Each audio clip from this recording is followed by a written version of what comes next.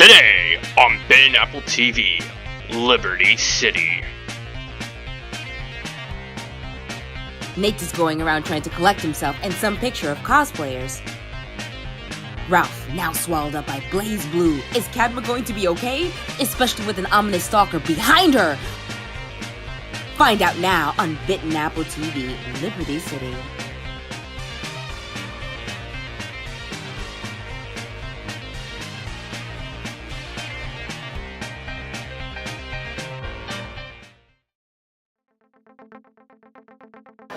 Hey guys, this is Cadma here from Bitten Apple TV. Now we are here at Liberty City Anime Con. Now, Maxina Storibrook, my team was telling me everything about you. Like, you have to go over there, Storibrook. That's all they kept talking about. And I was like, you mean the show from one? And I'm like, no. You have to go check her out. There's books. You'll love everything. Because as a side nickname, they call me Belle because that's how much I really do love books. Max here, you have an incredible fantasy kind of. My God, you have all these books out here. Tell me, please tell me, what are your books about?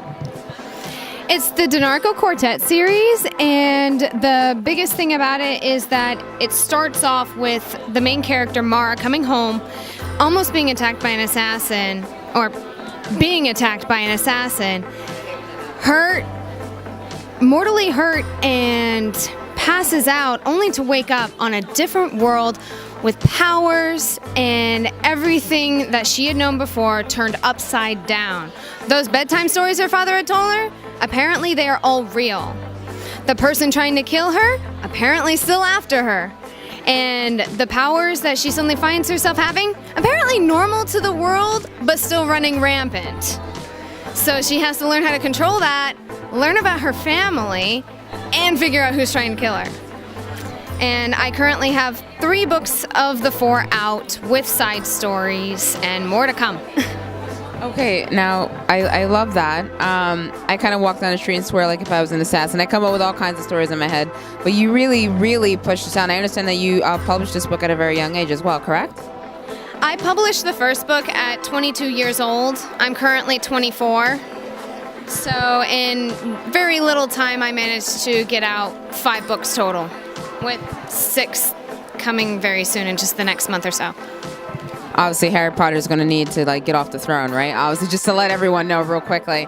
Now, when it came to creating the series, what was your biggest inspiration? Because I love a lot of fantasy. I'm either writing, whether it's a Dresden series, no matter what it is. Everyone's kind of always influenced by something. So what would you say influenced you in regards to creating this world? Because I do understand in your bio that said you grew up like a gypsy. So I'm wondering where's the inspiration really pulling from? So this particular story has been in my head since I was 7. So I came up with it when I was 7 years old. My mom tells me, because I don't remember much from back then, but my mom tells me that I was watching a lot of Studio Ghibli, and Hayao Miyazaki has always been a great storyteller to me.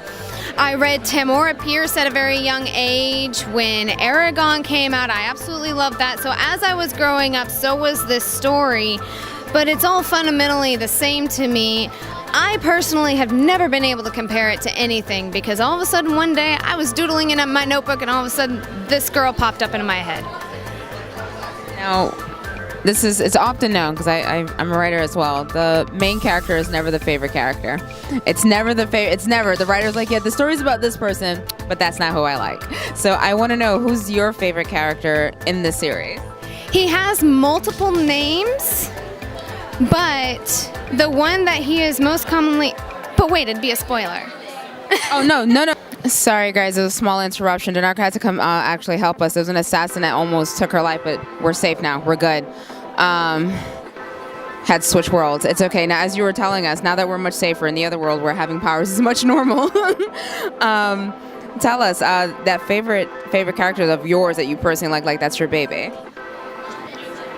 She is actually not in this series yet. So she's on her way. Oh my God, you guys, we have to look out for the next book, because obviously her favorite's in there. Because I'm just curious. I love finding out who the writer's favorites are. Now, when it comes to powers, what kind of powers are we looking at in regards to the characters? Because some people have telekinesis. Different books will have shooting fire out. What do we have here in your series? So everybody knows the concept of magic, but that is not what is in this series. Earthlings like to call it magic, but it's not. It's actually a biochemical that has evolved over 6,000 years from a chemical spill on a different planet that turned sentient after absorbing all the radiation and pollution.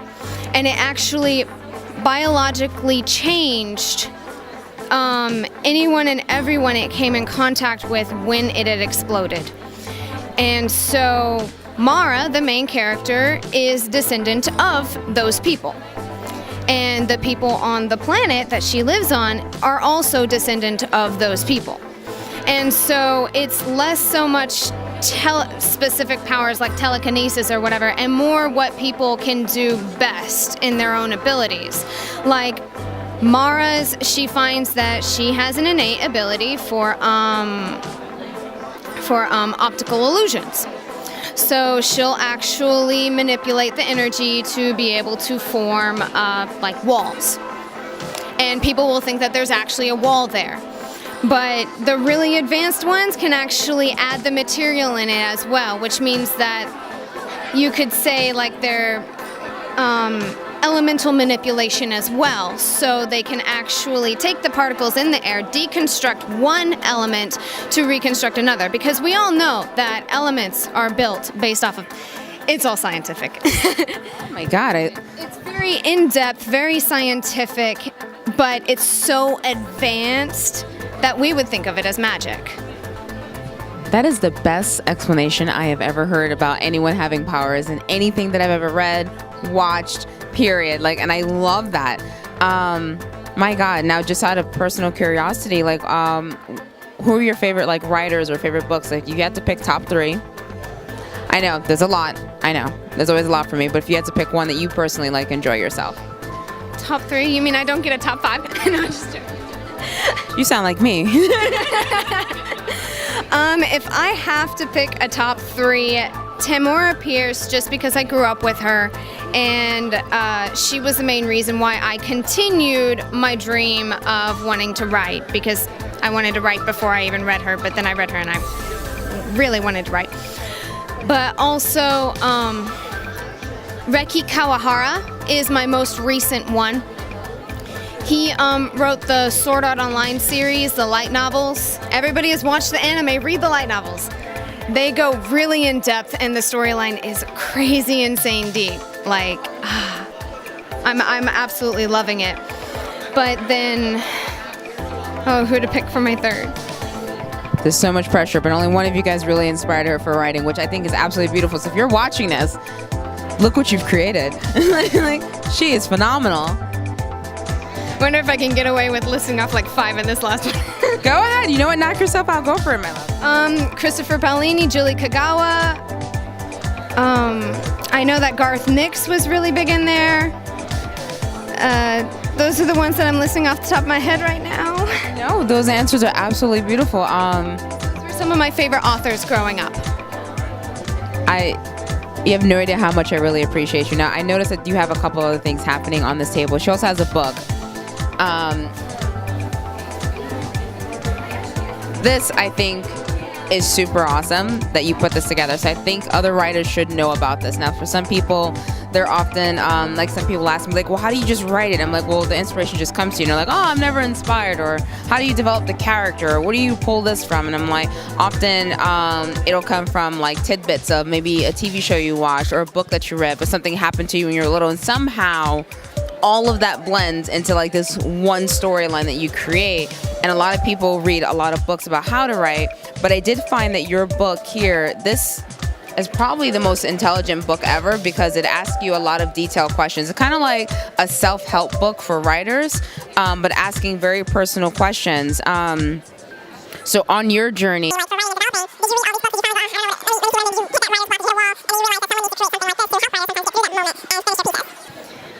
so I'm guessing you're asking me why I created this? Yes. Okay, so with this book specifically, I did not actually think about coming up with this until I started the convention runs. I apparently have an innate ability of character creation and world development. And my college degree in creative writing for the entertainment industry my master's degree in that actually just helped me fine-tune those abilities. But it wasn't until I started the convention runs that I realized not everybody else has those abilities, but everybody has a story that they need to tell that only they can tell the best way. Only you can tell your own story. Nobody else. I don't care if you're a ghostwriter. I'm sorry if I offend you. But what this is that I have a lot of people come up and ask me, so how, like for example, my villains, they're very relatable. How do you create a good villain? And I'm like, well, you make sure that you not only have the trait that everybody despises, but also a trait that helps connect them to people. So those are two key things in character development. Inside of this book, inside of the character packets, I have a section for you to be able to write down those traits, the good traits, the bad traits, their past, things that would make them humanistic so that your readers can connect with them. And that right there will help you with the character creation part that I've noticed that a lot of writers struggle with. And it's the same with world development. It's like if you're trying to develop a world or even go off of modern day Earth and you just don't know where to start, you start with the bare bone facts. And then you just keep on going deeper and deeper and deeper. You go into, the hierarchy system, if there is any. However much we hate it, religion plays a big part. So you're gonna have to go into that, whether you like it or not. I certainly don't like it. But you gotta go into it. You gotta make sure that you cover the politics, even if you hate those. You gotta cover all of the bases. And I try to cover as many of the bases as possible inside of this. And of course, if there's anything left over that you need, there's extra writing space in the back. No writer says no to like empty pieces of paper, anything. Like I find post-it notes, I'm like, I gotta finish this idea right out. 20 pages, about 20 pages, right? 20 pages extra. You hear that's like having an extra notebook. I love that. I really, really do love what you have here.